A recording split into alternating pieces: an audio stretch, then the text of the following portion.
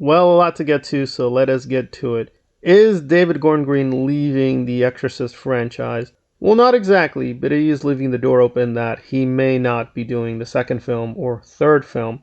He has helped, however, with the scripts and the outlines. So even if he does depart from Exorcist Believer, they may use the broad story outlines he's already mapped out. And just the story they set up is not terrible, but it's not entirely exciting either. I will say though, seeing it again, I have a bit of a higher opinion of it, but I still think it's pretty bad film. It's definitely not worth supporting. And apparently the big part of the fandom agrees with me. It's not a complete flop. It has made at least 100 million. So given its budget, it is financially successful. But again, clearly the filmmakers, including Blumhouse, really wanted a massive hit. They wanted something to make a lot of money. And so far its box office is pretty underwhelming. Over the long term, if they make about 10, 11 more films, they may make back the $400 million investment, but it's going to be a very long climb. And I don't think David Gordon Green was the man to do this film. He's not a bad director, but I just don't think horror is the genre where he can flourish in. But it's still early. Maybe more people will see it, but at this point, Saw X decidedly is the big hit for horror fans this fall. And then we get into Slayers and Audible and how it's performing, and it's doing fairly well, though I wasn't surprised it made #1 in the UK. I'm sure Buffy fans are very well represented in the United Kingdom. Did a little less well in America. It's #2, still pretty strong. However, it only did #4 in Australia.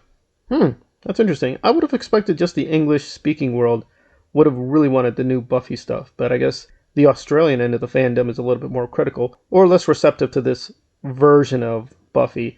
It's also not that expensive. I think it's around $14 to $21 if you're going to pay for it, though I do think there's a way to get Audible for free. I've not listened to the whole thing myself. I'm only listening to reviews and clips because I'm a little torn on how Audible treats its authors. I'm not a published author in fiction, but there's a lot of controversy that Audible is not doing the right thing with fiction writers. So, and then finally, Martin Scorsese's Killers of the Flower Moon is doing fairly respectable box office, but clearly this is meant more for critics and for award season. It's doing fairly well among critics too, and audiences are also giving it very high marks, getting A- on Cinema Score. So by many measures, it is succeeding pretty well. I'm a little torn on the film. It's definitely not a bad film. I think it's a very great film, but I did find a lot to fault it with, and I'm torn if you should support it in theaters. It's definitely quite an experience at 3.5 hours. However, I do think you should see it somehow, whether through streaming or even DVD, but it is decidedly a little all over the place. One thing it is definitely not, though, it is not woke. And a very prominent conservative critic, Armand White, is charging the movie with being woke. Well, if you do see the movie, I think you're going to be shocked.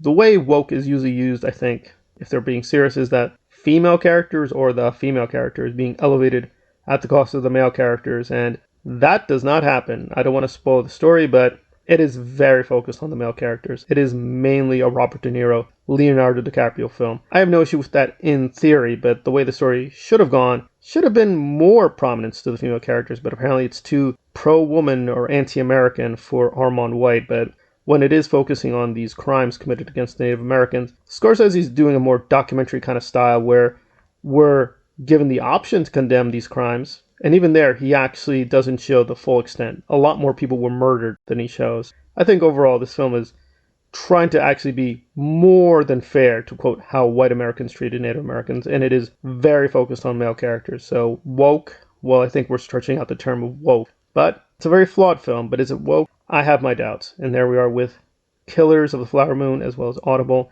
and the fate of Exorcist Believer. Thanks for listening.